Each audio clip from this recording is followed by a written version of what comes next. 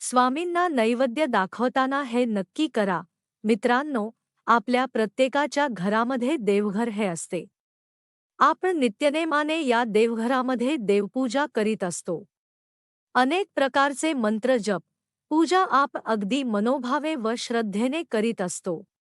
बरेच जण उपवास व्रत करीत असतात.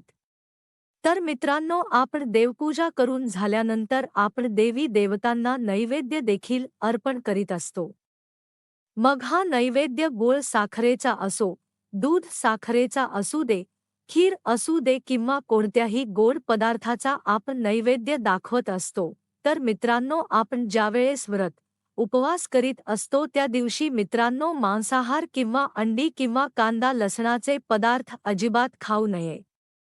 जर तुम्ही कांदा लसूण यांसारखे पदार्थ जर खाल्ले तर यामुळे आपण जो काही उपवास केलेला आहे हा उपवास देवांपर्यंत पोहोचत नाही. तर मित्रांनो, आपण घरातील देवपूजा करतो. ही देवपूजा जर तुम्ही ब्रह्ममुहूर्तावर उठून सकाळी लवकर आपली देवपूजा जर केली तर यामुळे तुम्हाला पूजेचे शुभ फल प्राप्त होते. बरेच जण हे 10 किंवा 11च्या दरम्यान देवपूजा करतात.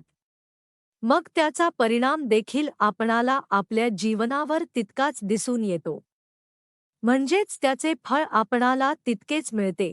आपण ज्याप्रमाणे आपले दैनंदिन काम करीत असतो, म्हणजेच आपणाला यावेळेस चहा लागतो किंवा यावेळेस जेवण लागते, त्याप्रमाणेच तुम्ही तुमची देवपूजा देखील योग्य त्या ठराविक वेळेला करावी. बऱ्याच जणांना ब्रह्ममुहूर्तावर देवपूजा करणे शक्य नसते, तर अशा लोकांनी सकाळच्या वेळेस तरी म्हणजे ज्या वेळेस तुम्ही प्रसन्न आहात त्यावेळेस तुम्ही ही देवपूजा आटोपून घ्यायची आहे. तसेच मित्रांनो, देवपूजा करीत असताना तुम्ही ज्यावेळी देवी देवतांना स्नान घालीत असता त्यावेळेस तुम्ही आपल्या देवघरातील घंटी वाजवायची आहे.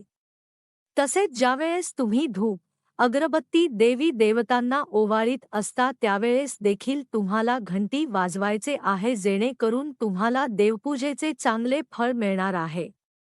तर मित्रांनो, नैवेद्य दाखवल्यानंतर आपणाला जे काम करायचे आहे ते काम नेमके कोणते आहे हे आपण जाणून घेऊयात. मित्रांनो, आपण प्रत्येक जणच देवपूजा झाल्यानंतर जो असेल घरातील पदार्थ तो नैवेद्य म्हणून देवी देवतांना दाखवित असतो.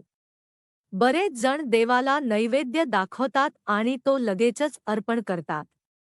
परंतु मित्रांनो, असे न करता तुम्ही तो नैवेद्य थोडा वेळ देवी देवतांसमोर ठेवायचा आहे आणि नंतर थोडा वेळ झाल्यानंतर हा नैवेद्य कुटुंबातील सर्वांनीच हा नैवेद्य वाटून खायचा आहे. हा नैवेद्य सगळ्यांनी वाटून खाल्ला तर यामुळे आपल्या घरामध्ये एकोपा राहण्यास मदत होते. म्हणजे ज्या काही भांडण तंटे कटकटी असतील तर त्या सर्व दूर निघून जातील.